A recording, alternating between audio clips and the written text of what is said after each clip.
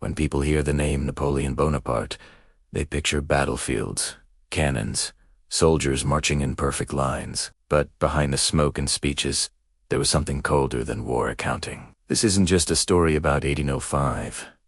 It's about power, money, and what happens when growth hides the cracks. At his peak, Napoleon controlled territories stretching from Spain to Poland. His Grand Army once mobilized over 600,000 troops, the largest force Europe had ever seen. Just imagine feeding, arming, clothing, and paying that many men.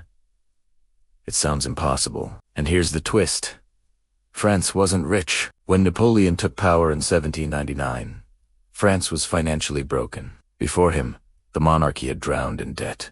The 7 Years' War was expensive. Supporting the American Revolution added around 1.3 billion livres to royal liabilities. By 1788, interest payments consumed more than half of the crown's revenue. The monarchy didn't fall only because of ideas. It fell because it couldn't pay its bills. Then came the revolution and a financial experiment that nearly destroyed the country. In 1790, the government issued paper money called assignats, backed by confiscated church lands. At first, it seemed clever.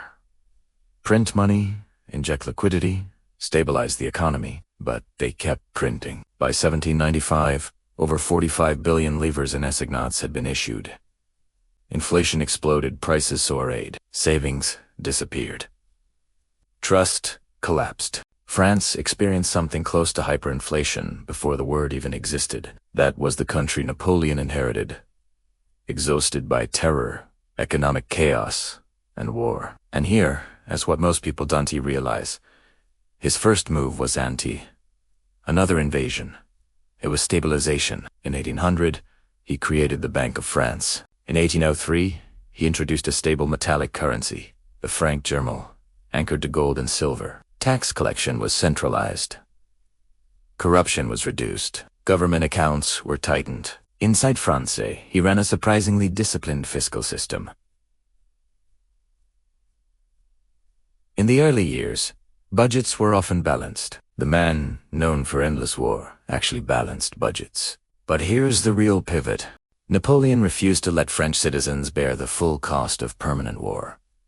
So, he exported the bill. After each major victory, France imposed massive indemnities on defeated states. After defeating Austria in 1805, the Treaty of Pressburg forced Austria to pay 40 million francs. After humiliating Prussia in 1807, the Treaty of Tilsit imposed contributions estimated around 120 million francs. To understand the scale, French annual military spending hovered around 600 to 700 million francs. A single indemnity could finance months of war. This wasn't random looting. It was structured extraction. Conquer territory. Impose indemnity. Station troops at the enemy's expense. Extract cash, grain, horses. Use those resources to fund the next campaign. War financed war, and it worked. As long as Napoleon kept winning, new revenue streams opened. The empire functioned like a leveraged growth strategy. Expansion covered liabilities. Victory funded the next victory. But leverage has a rule. It works until it doesn't. In 1806, after failing to defeat Britain at sea, Napoleon launched the Continental System. Through the Berlin Decree, European nations under French influence were banned from trading with Britain. On paper, it was bold. In reality, it was risky. European economies were deeply tied to British trade. Smuggling exploded. Black markets thrived. Merchants suffered. Russia grew frustrated. In 1812, Napoleon invaded Russia with roughly 600,000 troops. The largest army Europe had ever seen. But Russia didn't offer indemnities. It offered distance, winter, and scorched earth. Supply lines stretched thousands of kilometers. As the campaign collapsed, losses were catastrophic. Of those 600,000 men, fewer than 100,000 returned in effective fighting condition. There was no tribute. No new revenue. Only cost. And that's when the model cracked. Napoleon's system depended on expansion. When expansion stopped, the liabilities remained. Meanwhile, Britain played a different game. Instead of relying on indemnities, Britain leaned on public debt markets through long-term bonds known as consols.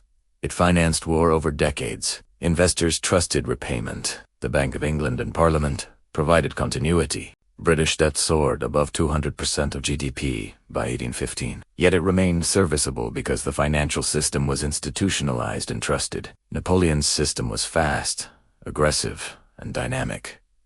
Britain's was slower, but scalable. When Napoleon retreated after Russia, indemnities stopped flowing. France now faced war expenses without external financing. The burden returned home. In 1814, Napoleon abdicated. He returned briefly in 1815, but the Battle of Waterloo ended it permanently. After defeat, France was required to pay 700 million francs in reparations. The empire that once extracted tribute now paid it. The model inverted, and here's the deeper lesson. Napoleon wasn't financially reckless. At home, he stabilized currency, modernized administration, and improved taxation. But strategically, he built a growth model without a plateau strategy. It required constant motion. When motion stopped, the bill arrived. This isn't just about cannons and cavalry. It's about sustainability.